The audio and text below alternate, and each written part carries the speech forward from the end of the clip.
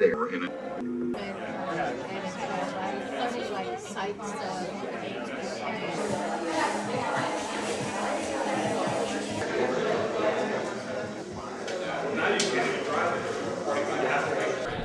All right, it's day 2, the Sedona International Film Festival, and we have with us a very special filmmaker. His name is Chad, and he has a film here. It's called Raising Lucy. So Chad, tell us about your film. Well, it's a real heartwarming story. It's a short doc, about 28 minutes, and it's about a family that raise a wild animal. They had someone walk through their property. They live on a lakefront home, and this carpenter just gave them a little goose.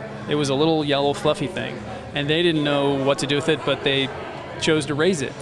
And they actually taught it how to fly next to the ski boat. They were actually full-on goose parents, and they had a phenomenal time learning about this goose. Well, they raised it in the wild, and their whole goal was to get it in the wild right away.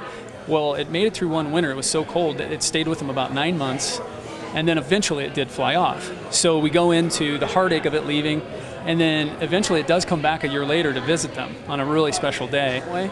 So I wanted to create this film like editing to the heart, and I wanted to make it like a healing tool, and it accomplishes all that. And so one of the ways I also did this film was I used music as a narrator.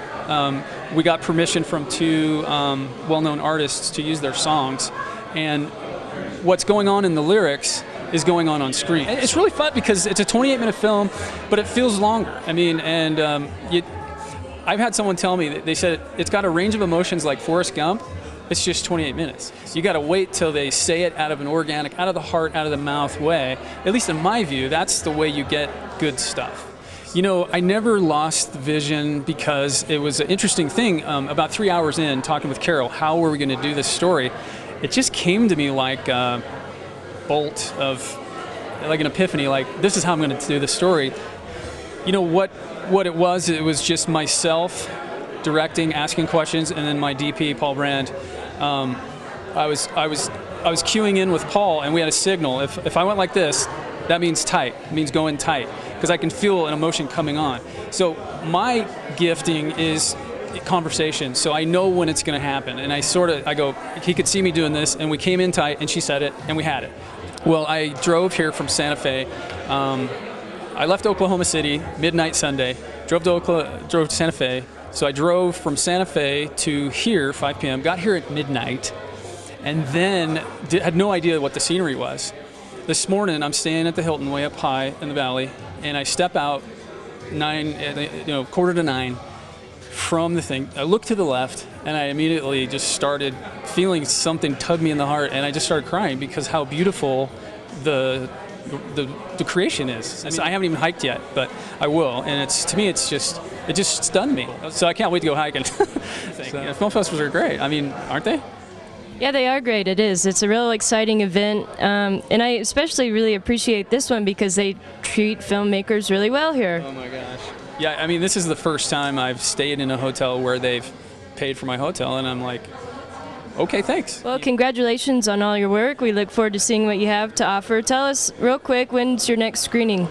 Friday at 11:30. It's kind of like a feel-good movie, but you feel good for like 3 days because.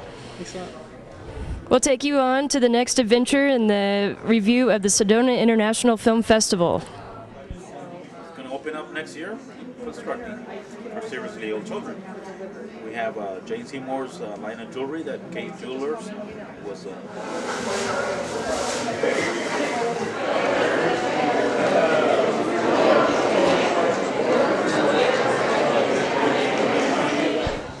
All right, we're back again in the Filmmakers Lounge, and we have another really interesting and very successful filmmaker with us. His name is Joaquin, originally from Paraguay, lives in LA now. So Joaquin has a film, it's called Sebastian's Voodoo, and he's a return filmmaker to the Sedona International Film Festival. So tell us about your film, Joaquin. Well, my film is titled Sebastian's Voodoo, and it's basically the story of friendship and sacrifice from voodoo dolls. The basic concept is a voodoo doll needs to sacrifice himself in order to save his friends, and he does so by using pins on himself. So it's kind of a sad and darker tone film, and it's pretty short. It's only 4 minutes, but captures everything in that short time. So it's my second year film at UCLA. My last film was titled Papyroflexia. Was actually my first year film at UCLA. Was here last year and was a winner for the best animated short. Sebastian's Voodoo is 4 minutes long. How long did it take you to make the film? It took 10 months from the idea to the finished product. And how long was the editing phase of that? Editing in animation is a little different. We actually edit during the storyboard phase because producing material takes so much effort and so much time that we cannot afford to make an extra frame that we're going to cut out of the film. So I finished editing before I even had the characters fully modeled and designed. It's and I don't know how long it would take. It's I actually, you know, it's a process that goes throughout the whole process of storyboarding, so it's very different. No, this was a computer CG film. It was all created in the computer, except for the sketches and the storyboards that I did by hand. I created everything from the ground up on the computer. It's 3D. It looks very much like stop motion because it's very textured, but it's not. I'm mostly inspired visually or by poetry. I mean, visual poetry more than anything anyway. My previous one was actually a poem originally, and then I turned that into an animated film. So it's usually some image that I see, some character, some design element, something that starts inspiring either an idea for a story, an idea for a character, or something else. That's usually how it starts. And more than usual, it's when I'm kind of half asleep in that, you know, phase between being conscious and unconscious. That's where I get most of my images. That's interesting. So what was your inspiration for Sebastian's Voodoo? That's one of the many questions I get every single time, and I always have a hard time with it because honestly it didn't come from anywhere specific. I just saw images of voodoo dolls and I thought I want to do a film with voodoo dolls. And from that point on, I started thinking, what can I do with them? And I thought, well, you know, it has to be a bad guy, it has to be another character, and just started building a story from that point on. But I didn't see a film about voodoo dolls. I didn't do any voodoo with anyone, so it just came right out of nowhere, I think. So where would you like to see your creations go? What's your goal right now? Well, actually, I'm working on a feature version of Sebastian's Voodoo.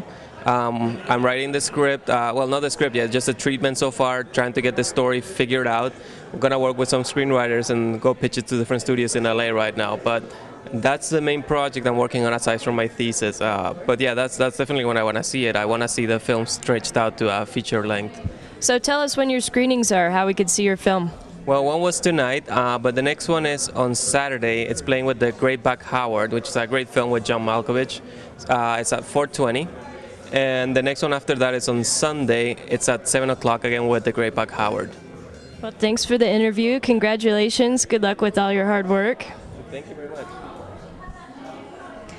Thanks for attending with us with the Sedona International Film Festival coverage. We'll see you tomorrow.